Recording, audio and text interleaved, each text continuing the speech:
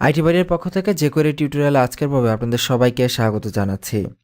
আজকের পর্বে আমরা শিখব what is jQuery।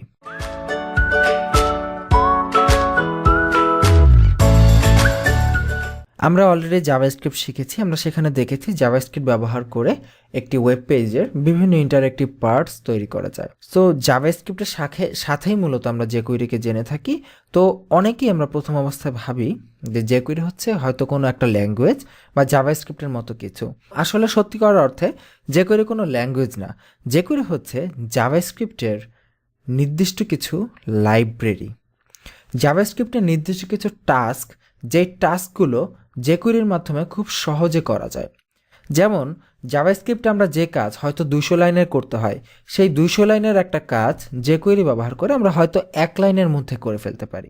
That means যে জাভাস্ক্রিপ্টের নির্দিষ্ট কিছু ফাংশন, নির্দিষ্ট কিছু কাজ jQueryতে ডিফাইন করা রয়েছে যে এই কথাটা লিখলে জাভাস্ক্রিপ্টের অনেকগুলো কাজ একসাথে সলভ হয়ে যাবে। jQuery কোনো আলাদা কোনো ল্যাঙ্গুয়েজ না, jQuery অ্যাকচুয়ালি কিছুই না। jQuery হচ্ছে জাস্ট বলতে পারেন জাভাস্ক্রিপ্টের একটা ওয়ান টাইপ অফ ফ্রেমওয়ার্ক। জাভাস্ক্রিপ্টের একটা পার্ট হচ্ছে jQuery। জাভাস্ক্রিপ্টের নির্দিষ্ট কিছু পার্টকে সমন্বিত করে jQuery তৈরি করা হয়েছে।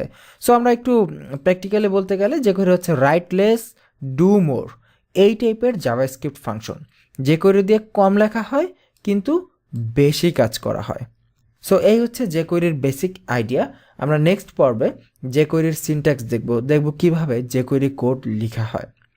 তো এই হচ্ছে jQuery সম্পর্কে বেসিক আইডিয়া। নেক্সট পর্বে আমরা দেখব jQuery কিভাবে ব্যবহার করা হয়। সো আগামী পর্বের আমন্ত্রণ রইল। আজকের পর্ব এখানে শেষ করে বিদায় নিচ্ছি। ভালো থাকবেন সবাই। আল্লাহ হাফিজ।